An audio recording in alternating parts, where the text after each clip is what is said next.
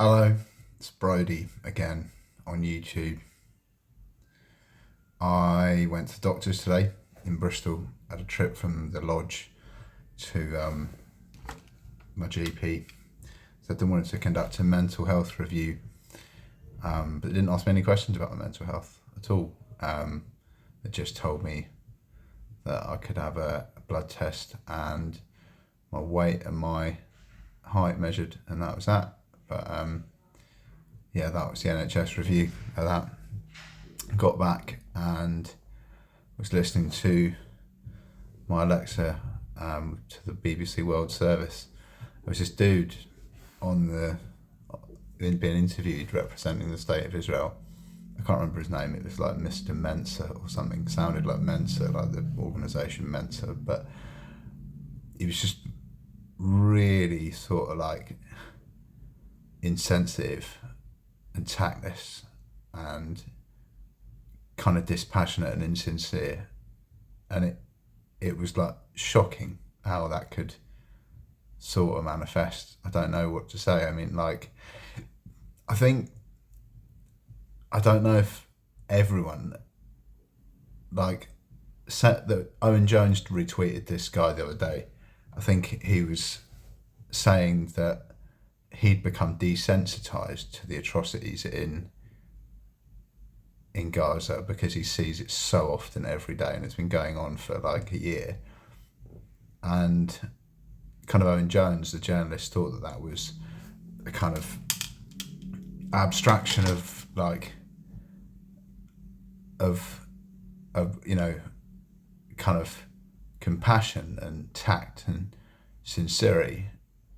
But it's like, I think everybody has got, whether call it denial, call it sort of like displacement activity, it's different labels you can put on kind of being just emotionally numb to something, like, that's really harrowing and horrible, but you can just be kind of like blasé and ambivalent about it. And like, there was a guy I was chatting to,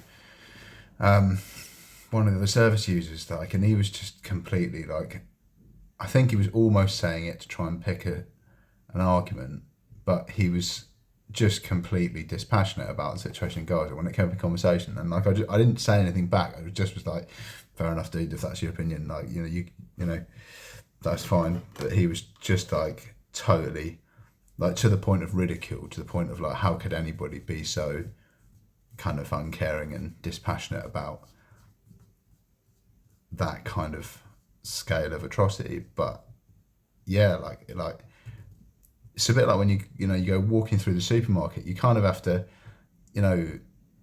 I've kind of stopped eating meat recently, and when I walk through Lidl, when I used to go and do my shopping, I was living in Bristol, it's like when I buy a packet of kind of like mince or some chicken or whatever,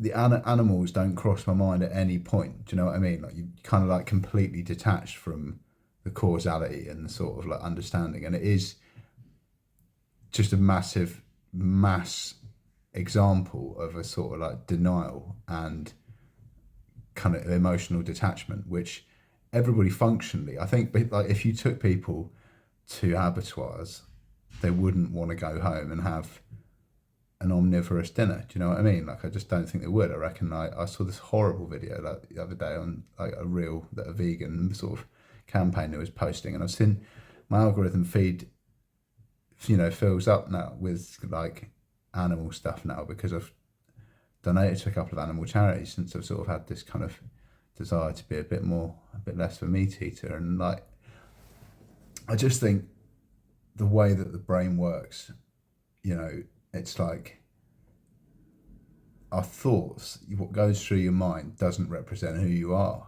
like, and who you are isn't replicated by your frontal lobes and your prefrontal cortex, and the way that, sort of talking about bits of the brain's a bit of an abstraction, but I just think everybody's kind of got this, to people who live in London now, do you know what I mean? And like, owe money to everybody and for their mortgage and their finance, car, and their, you know, MBA, and like, I don't know, they live in the city and they work in finance, and they buy all their food from conglomerate supermarkets and use Amazon and Google, and service loads of financial products, and it's like just entrenched in kind of like morally questionable detachment from reality. You know what I mean? Like the way they smashed up Barclays Bank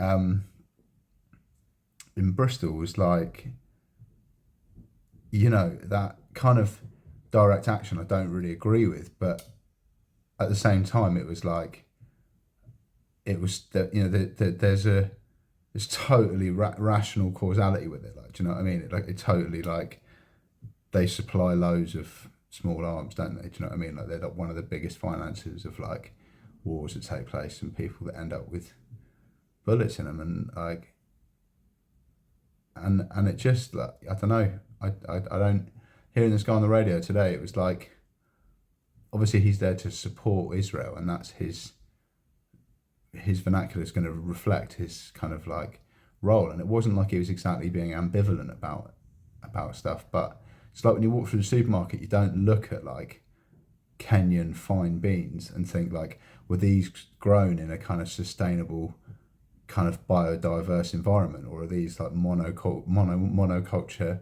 farmed kind of products that have been bought for the lowest price from an extorted farmer in Kenya, like, or not. It says where, it says where, like, Co-op have stopped stocking Israeli goods now, and like, how many people look at the little bit that says what nation your supermarket veg comes from. It's like, I don't think I'm the only one who doesn't. Like, I just think that people kind of,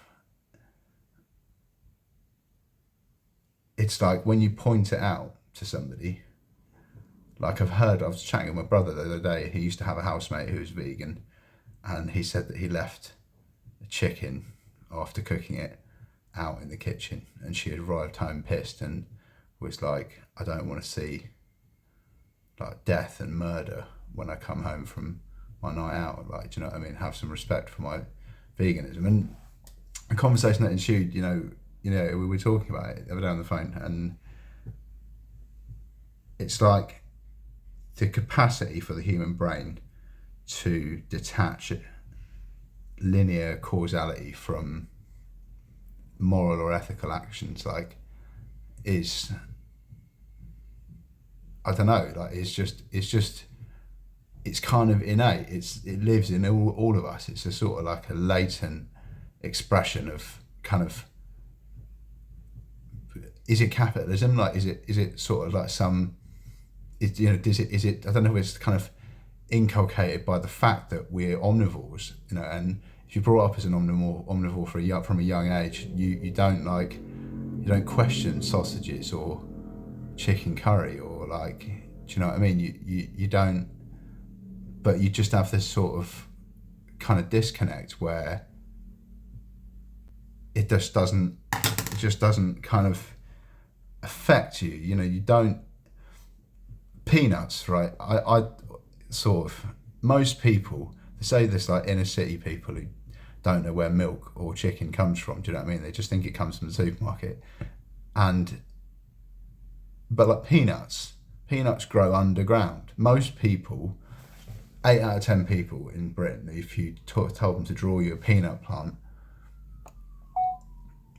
couldn't draw you a peanut plant. Peanuts grow underground in those little shell casing things, do you know what I mean? And it's like, everyone's had peanut butter, but most people couldn't draw you a peanut butter, a peanut butter plant, a peanut plant, And I don't know how you kind of like, if you're going to be truly aware, and, I don't want to be part of a kind of like a wokist culture by kind of enforcing my own. I did this in my 20s. I moved back from Bristol after I split up with my like second proper girlfriend, and moved back in with my mum. And I was like totally obsessed with the Iraq and Afghanistan war when I was like 25.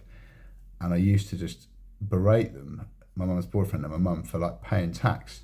I used to be like, well, you can't be a part of this system. You know, they're killing people. It's like, you know, you imagine if you were like looking at your tax revenue, paying for roads and schools and hospitals and all that good stuff, and then, you know, £5.80 was spent on bullets that were loaded into a gun and shot into an Iraqi or an Afghanistani person. Do you know what I mean? Like, imagine how you would feel. Like, can you not see that? And it was like a ridiculous moral abstraction that I was trying to sort of pertain to, but I was obsessive and like evangelical about it, because for me that like landed, and it felt really kind of important to sort of get my truth out and to speak my truth, and not to kind of like,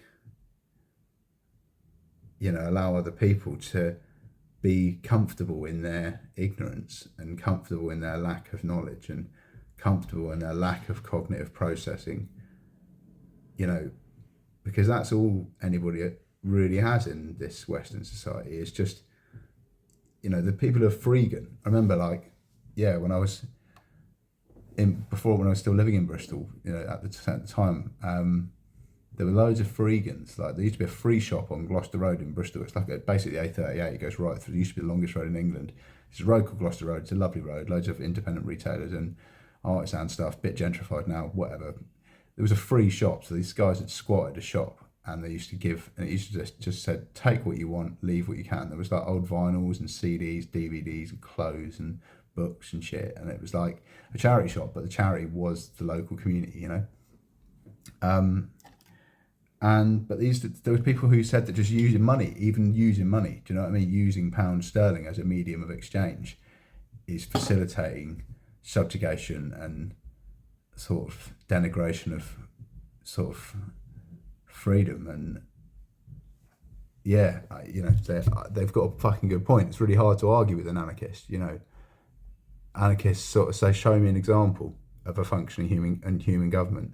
Show me an example where there's an empire or a rule or any kind of, you know, a bit like, you know, it's kind of like the constitutional peasant sketch in Monty Python's Holy Grail. You know, they anarcho-syndicalist commune is kind of the only way it can really work. There's never been a system of government that hasn't resulted in concentrated centralizations of power and oppression of the many over the needs of the few, you know.